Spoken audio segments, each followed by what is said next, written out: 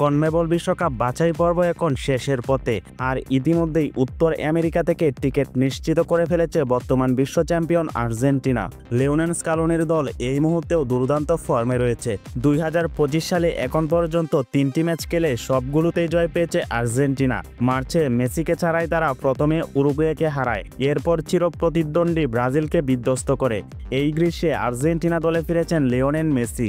যদিও চিলির বিপক্ষে ম্যাচে তিনি দ্বিতীয়ার্ধে বদলি হিসেবে মাঠে নেমেছিলেন, কিন্তু তার দল আগে থেকেই এগিয়ে ছিল এবং সহজভাবে ম্যাচ জিতে নেয়। কলম্বিয়ার বিপক্ষে ম্যাচে মেসি মূল একাদশে থাকবেন বলেই ধরে নেওয়া হচ্ছে।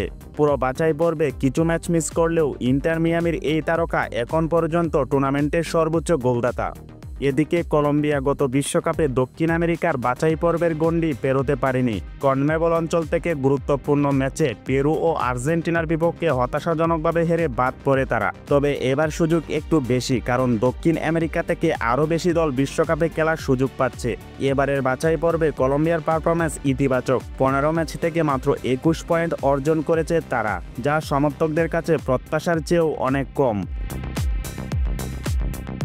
তবে এখনও তাদের সামনে সুযোগ রয়েছে।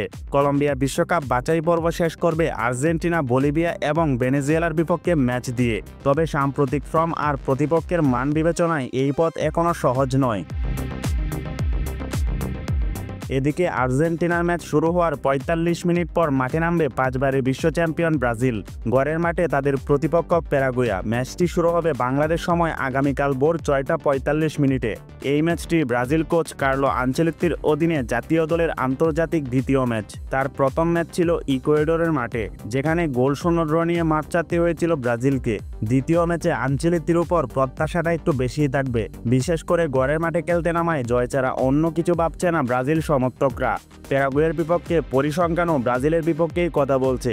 গত 5 বারের দেখায় ব্রাজিল জয় পেয়েছে 4 ম্যাচেই, অর্থাৎ শতভাগ জয়ের রেকর্ড ধরে রেখেছে সেলেসাও।